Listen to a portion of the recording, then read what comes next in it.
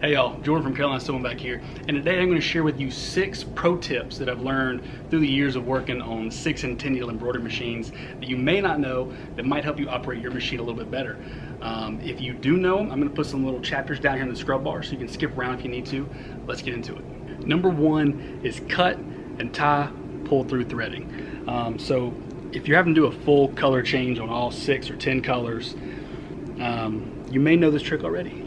But there's a time that you didn't, so if you're sitting here watching this and you don't know this trick, I want you to know it because it'll save you a great amount of time. So if you need to trade your thread here on number 3, instead of unthreading this and then re-threading the entire thing, what you can do is come with some scissors, pull some excess, cut it, take your current thread off, put that to the side, grab your new thread and put that where you need it to be. You're going to take your threads like this, and I have talked about this before, but like I said, just in case somebody out there doesn't know this trick, this is one to know.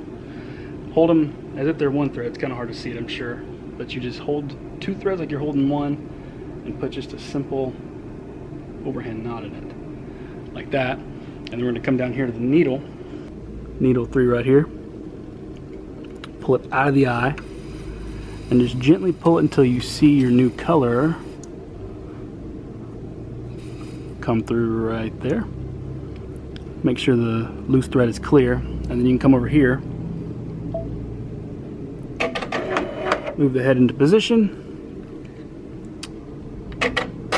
activate your threader,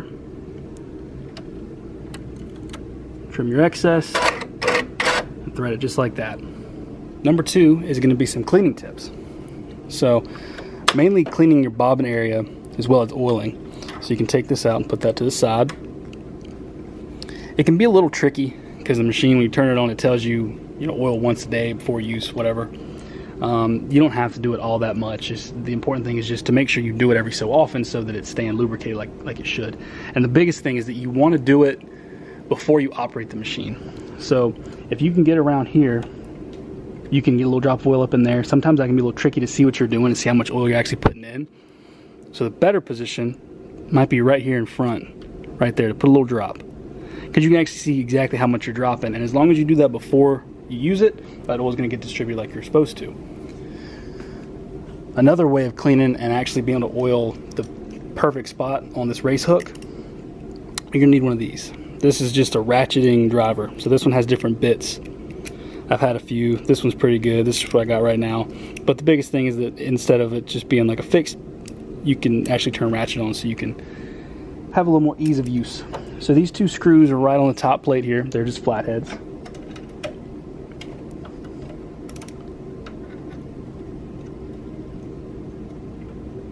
All right. Don't drop your screws, don't lose them. And we're just going to gently lift this plate off. This little white piece is going to come with it. It's like a little spacer. It can only go in one way, so you don't have to worry too much if you drop it like I just did. So this is your actual blade right here. This brings it to the blade. This right here needs to be replaced every so often, but you'll know it if it needs to because it's not going to cut consistently. It does need to sit right against there, so don't go taking this apart if you don't know what you're doing. Make sure you take that to your dealer. But what it will do is it'll accumulate a lot of thread there. So as you're running the machine like you're supposed to, you'll have little globs of thread. So you bring some tweezers, you bring it out, whatever you need to do. I don't have any. But pull that thread out and make sure it's clean. You also have a top view of the behind your race hook here. So this is where I like to take my oil, put it right in between that little blade arm and the actual race hook, and you can drop a little drop of oil right where it actually needs to rotate, and that's the ideal spot for it. I would recommend doing this like once a month or maybe even once every 2 weeks if you use your machine a lot. And to put it back on, it's pretty simple. That goes on only one way, like I said, and then this will just come over here,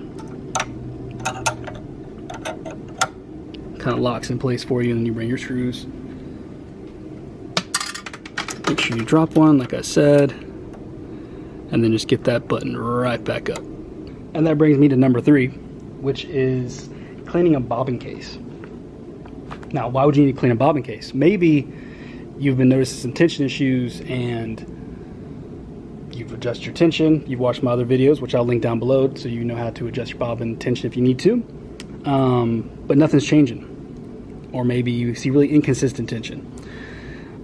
That could be because you have some residue in your actual tension here.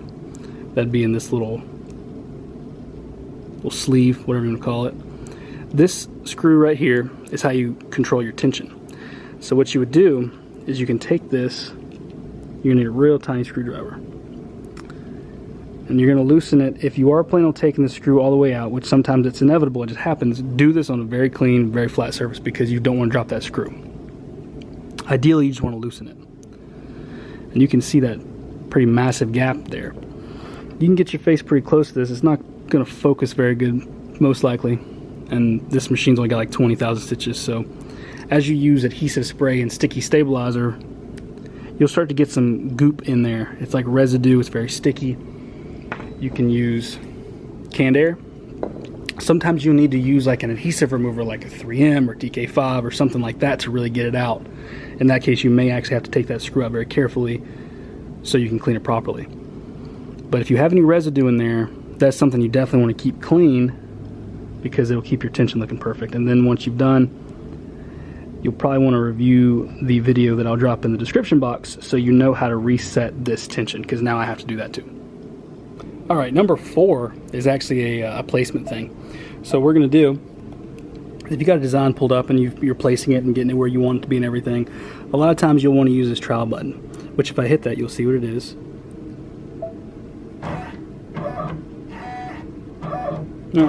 So it moves, it shows you top, left, right, center, all that good stuff. So we'll just say that I've placed my design.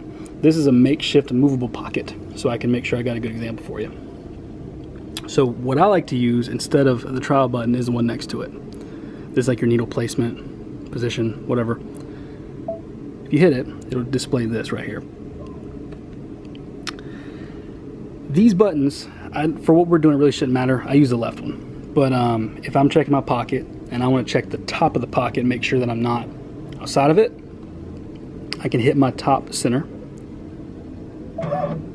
It'll move just like that. So in a real world situation here where I'm embroidering a pocket, I know that I'm not on the pocket. So I can come back over here, leave that where it is, hit OK, and the position stays the same. And I can use my arrow keys to move it down until I get on the pocket. And then if you come back to here, you can double check your center. Now you can do the same with your left, right, and your bottom. And again, that's just under your edit phase right here, that button. Number 5 is going to be utilizing the swap button down here. You'd be surprised how many people don't know this little guy exists. And what it is your machine remembers, if you're doing a single color, the needle that you were set on. So when I was showing you that pull through trick, I put it on needle 3. So remember that we're on needle 3, so that's the default that it picks. So if I was doing something in color black here, my number 3 is red. My black is over there on number 5. So in this case, as opposed to physically rethreading both those or cutting and tying through, you can come over here, you can swap 1 or 3 and 5, excuse me, hit that button, hit OK, and now we're set on number 5 without having to even unthread anything. Number 6 is a big admin helper. So when you're dealing with 6 or 10 needles, it can be hard to keep track of what kind of needle you have on, what size it is, when you changed it last, and all that. Some projects you're doing are specific to t-shirts or towels or leather, and you don't need to use all 10 needles. So you're just gonna pop 1 or 2 leather needles in there and then switch them back out. But it can be hard to remember when you gotta run away, stuff like that. So utilizing a clipboard and putting the needle or number needle you're talking about, what kind, size, and how many stitches you're changing that. That way you can make sure that you're changing them regularly. Like I think down here you can kind of see I went through a full needle change at the same stitch count on all those, so I was at a good basis. Then down here I got some singles going, ballpoint on needle 4, leather on 6 when it was changed, and all that good stuff. This can be kind of a pain to keep up with and a pain to just write it down when you're focused on doing a project or something like that. But if you do this, It'll keep you from breaking needles and wasting needles because you don't know how long they've been in there. They might have only been there for 20 stitches, you never know. So this way you can keep up with it. It's pretty great. So I hope you learned from those 6 tips, and I hope they help you in the future. And if I missed anything that you think's awesome, let me know. I might not even know about it. Drop it below in the comments. Y'all like and subscribe for more. Thank you.